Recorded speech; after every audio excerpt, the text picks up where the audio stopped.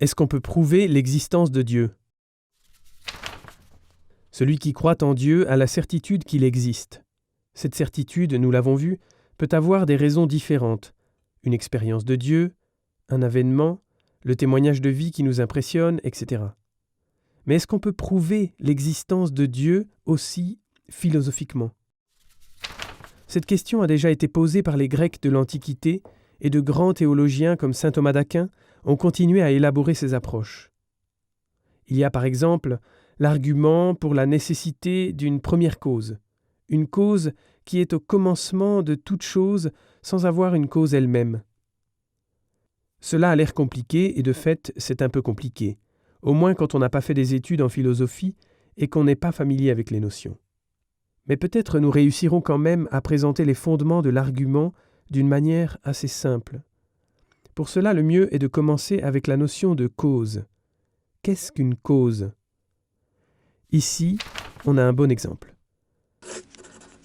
Le pignon meut un autre pignon. L'un est la cause et l'autre est l'effet. Partout dans ce monde, on les trouve, les causes et les effets, pas seulement avec les pignons. Une averse, par exemple, est une des causes de la croissance d'une plante. Et la circulation d'électricité est la cause de la lampe qui s'allume. Et le père qui donne à son fils une torche allumée est la cause de la torche allumée dans les mains de son fils. Ce sont 4 petits exemples et quand on les regarde de près, on remarque quelque chose. C'est vrai. Ici, nous pouvons discerner 2 sortes de causes. Avec ces 2 exemples-là, l'effet continue, même si la cause n'est plus active. La plante grandit à cause de la pluie, mais elle continue à grandir même s'il arrête de pleuvoir. Et le garçon a reçu la torche de son père, mais elle peut continuer de brûler même si le père, comme cause, n'est plus là. Avec ces 2 exemples, c'est différent.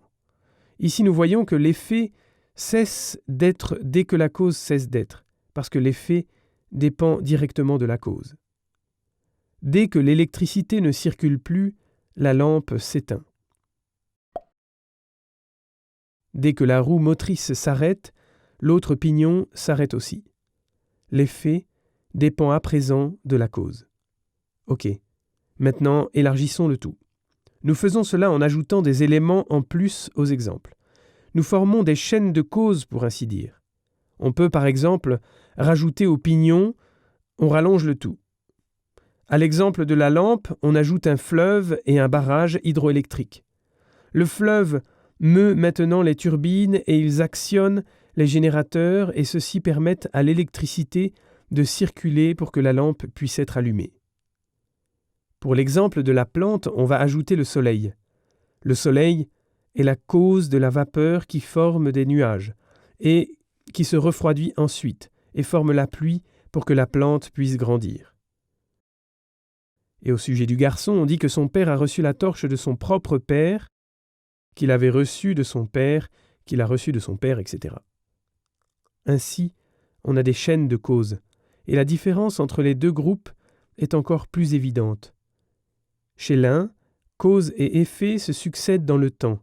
C'est une chaîne de causes successives. Chez l'autre, on a cause et effet en même temps, ici et maintenant, et donc une chaîne de causes simultanée. Bon, et alors, nous nous demandons, est-ce qu'il est nécessaire d'avoir une première cause dans ces chaînes de causes? Alors, théoriquement, ce n'est pas nécessaire d'avoir une première cause parmi les chaînes de causes successives. On peut, au moins théoriquement, toujours s'imaginer un élément qui précède dans cette chaîne, indéfiniment. Cela n'est pas le cas avec les chaînes de causes simultanées, parce que chaque élément dépend ici et maintenant de l'élément qui le précède. Il reçoit la puissance d'agir comme cause directement à partir de la cause qui le précède. Sans cette cause précédente, l'élément ne peut générer aucun effet. Si on veut l'exprimer en chiffres, l'élément en soi, pris seul de cette chaîne, est 0. Il est activé seulement par l'élément qui le précède. Il devient alors le chiffre 1. Si cette chaîne de causes était une série infinie d'éléments identiques, Ce serait alors une série infinie de zéros, et à la fin, il n'y aurait pas d'effet du tout.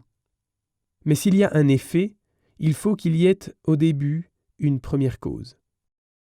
Si on transmet cela au niveau de la réalité, cela veut dire qu'il doit y avoir une première cause, et cette première cause, on l'appelle Dieu.